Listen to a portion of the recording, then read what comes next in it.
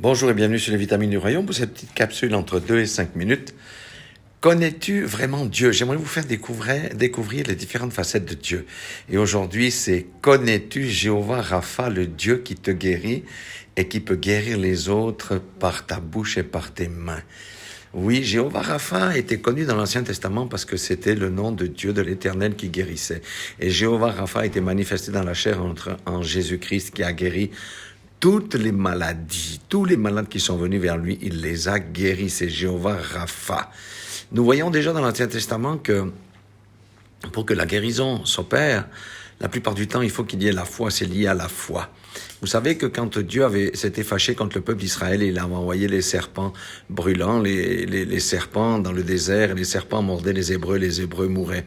Ils ont couru chez Moïse en disant crie à ton Dieu pour que il éloigne les serpents. Et Dieu n'a pas fait ça. Il a dit à Moïse, élève un serpent d'airain ou un serpent de bronze, et quiconque regardera ce serpent, lorsqu'il a été mordu, conservera la vie. C'est une question de foi. Beaucoup ont dit, ouais, mais ça c'est des histoires. Ils ont été mordus, ils sont morts. Beaucoup ont cru et ont respecté l'ordre. Ils ont regardé au serpent d'airain en disant, voilà ma guérison, et ils ont été guéris. Amen. Ça préfigurait Christ qui allait être élevé à la croix de Golgotha.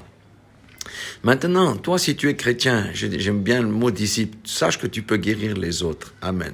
Parce que la Bible nous a donné le pouvoir de guérir les malades dans Marc 16, 18, 20. Alléluia. Lorsque le Saint-Esprit te conduit, prie pour les malades. Mais tu dois avoir la foi que la parole qui va sortir de ta bouche sous la conduite du Saint-Esprit est ointe pour la guérison. Ceci dit, Dieu ne guérit pas tout le monde. Non, il y a un certain nombre de personnes qui ne se sont jamais guéries parce que d'abord, elles manifestent l'incrédulité, elles testent Dieu et toutes ces choses. Mais lorsque nous sommes conduits pour le Saint-Esprit à manifester Christ, à manifester la puissance de Jéhovah Rapha, Dieu le guérit. Dans Actes, chapitre 14, verset 9, nous avions l'exemple d'une personne qui était impotente des deux pieds par naissance, c'est-à-dire qu'il n'avait jamais marché. Et je crois que c'est Paul, en sortant, il avait regardé cet homme et la Bible dit qu'il avait la foi pour être guéri. Et effectivement, il a dit, lève-toi et marche. Et l'homme s'est levé d'un bond et il a marché parce que sa foi a activé la chose.